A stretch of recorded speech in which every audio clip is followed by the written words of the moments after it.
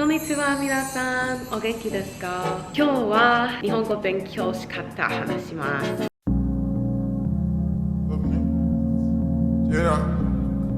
Hi guys, my name is Gia, and if you've never been on my channel before, I like to talk about personal styling, personal growth, self-expression, anything that falls under those categories. I'm just a girl in her 20s with a love for visual storytelling through her camera and editing. So I hope if any of that interests you, that you subscribe to my channel and you stay tuned for more content later on. But for today's video, I will be talking about my experience learning Japanese, background of why I decided to learn Japanese, some tips and resources that help me learn. Without further ado, let's get into the rest of the video. Hi guys, so just a brief table of contents of how this video is going to go. First, I'll be talking about my experience learning Japanese and why I wanted to learn Japanese, why I think having a sense of community is really important when it comes to learning a language, and then I want to talk about some of the things I struggled with, and we'll go into sharing some tips and resources that I have for you guys. I want to start off with why I learned Japanese and how I got to where I am today. I think I've had a fascination with a lot of different cultures, but I think Japanese has been one of the most consistent growing up. I feel like I grew up around a lot of people that spoke Spanish, so my ability to learn Spanish or to pick up on Spanish phrases, it was really if I wanted to learn Spanish, it was really easy to find the resources or somebody to practice with. But versus learning something like Japanese, it seemed a little bit more far out. I was really interested in Japanese entertainment, fashion. I was interested in music. I was interested in anime, obviously. It always just seemed like a really distant goal. In high school, I remember we had a language exchange program. It wasn't a language exchange program. I think it was just a student exchange program, and we had some students from Japan come and stay at our school, and I didn't get to participate in that. But I remember that kind of encouraged me to still really want to learn Japanese, because I was like, okay, well, I might have the chance to go to Japan one day. It was kind of just one of those things you're like, oh, if I ever got to do it one day, I would do it, you know? I got to college, and when I realized that I was going to one of the best schools for language learning, I was like, well, let me pick one of the hardest languages I've ever wanted to learn on this list. You have to do a language requirement anyway in college, and I could have done Spanish and I would have been pretty good at it because I've been taking it my whole life, and that would have been an easy progression for me. But I wanted to challenge myself, and I was like, no, this is a really unique time where you're gonna have a whole team of people helping you learn a language that otherwise I do not have the discipline. So I got to college and I declared it as my minor, and I really enjoyed the Japanese program. It just feels like a little family. The people that I've met in the Japanese program, I'm still friends with them today. Classroom size was really small, and seeing the same people all the time, because it's we started off together in 101, and then we're all the way together in 202. Seeing those same spaces and having that same support makes you feel more comfortable showing up in class and being there for your peers and everything. And I think that's a really important aspect of language learning that I want to talk about. Kind of alluding to that already by talking about support systems and stuff. I really want to talk about the importance of having a support network, because I realize there's a lot of power in having a sense of community.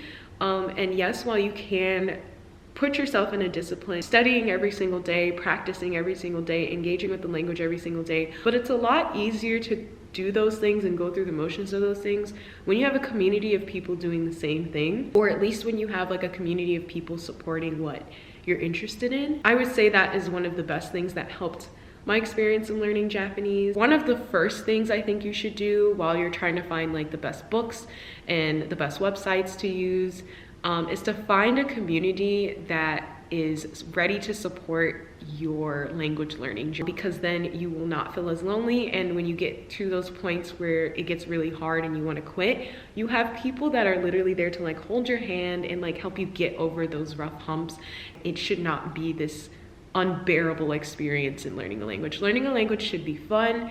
It should be a chance to immerse yourself in the culture. I don't think that part should be stripped away just for the sake of learning the mechanics. It was more about the social aspect of learning a language. This is going to be more about actually practicing and studying and everything. Okay, so let's start with the writing system, and let's focus on writing for a second. The school that I go to, personally, I think prepared me a lot in writing and reading, but I feel as though I struggle a little bit more with listening and speaking. This is what my schedule was like. So Freshman year, I took Japanese 101 and we just learned like the alphabet, you know, like the very basic like grammar and everything. I basically had Japanese 5 days a week.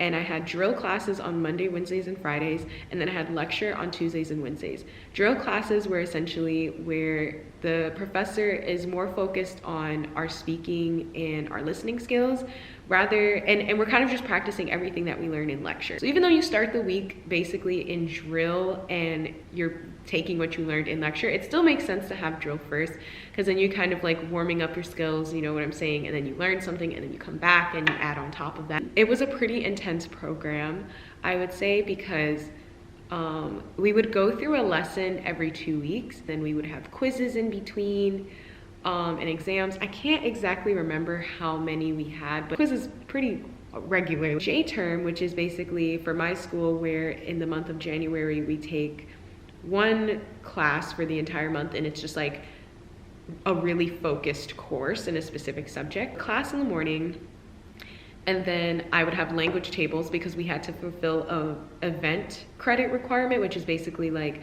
you participating in other activities that involve the culture. So like you might go to a movie night where we're watching a movie in Japanese. You can also fulfill those requirements by going to language tables, which is basically for your entire lunch period, only speaking in Japanese with the people around you over a meal. So I did that as well, and I think that was really helpful in terms of like the speaking. And because I think that was optional for the most part, I didn't practice that as much. Learning a language always comes down to how much time you have to actually learn the language. You need to put in a lot of hours. I'm not getting into the actual like writing of it. So I guess I want to use that to kind of say, while I'm sharing my experience, it's mostly based on my experience of learning how to read and write the language, as I'm still working on my proficiency in speaking and listening. I struggled the most when it came to kanji. They're all derived from Chinese characters, but if you are already familiar with that, then you won't struggle with it. If you are learning stroke order for the first time, I would say, like, while you're learning it for the first time, you're gonna think, well, why can't I just draw it the way that I want and make it look the same? I promise you, take the time and learn the actual stroke order. It will benefit you in learning any other character after that, because then you won't just be looking at the character as a funny shape. You will see all the strokes and like the lines it took to get that, like a way you're taught initially. I was exposed to a lot of kanji, and I would say if you're learning this language for the first time, it's better to just make sure you're exposed to a lot of different kanji and you know the meanings of them. But if you cannot remember every single one, do not beat yourself up, okay? Because I spent a lot of time working with these kanji and I still don't remember all the ones that I learned, and I'm pretty sure I've heard somewhere that even Japanese people don't remember all of the kanji that they've been exposed to. You'll find out which ones are most common. I would say especially learning the kanji for verbs is really important. I don't know, I feel like when I learn the kanji related to a verb, I'm more likely to remember it because of the conjugations that come with it at the end. So maybe that's why. Because when you're learning the different tenses of the word and everything, you will still have that same kanji shape, and you'll just be changing like the ending of the word. When you're coming down to learning how to put sentences together and everything, you will always be able to identify what that word means, and you won't get it mixed up with the other hiragana in the sentence. I will talk about katakana first. I talked to many of my friends and they say that katakana is pretty difficult even after like having a solid grip on Japanese. Like katakana is based on foreign words. The characters in general could be a little tricky to remember by itself, but I think the fact that these characters are related to foreign words makes it even more difficult. It's like if you don't even know what that foreign word is, then you don't really know what the word is trying to say. Okay, I will say this video is more so about my experience learning Japanese, but if you guys want more of a focused video on how to learn Japanese, I would like to save that for when I have my friend Gabe with me, because he is actually an aspiring linguist and he has actually spent way more time learning Japanese.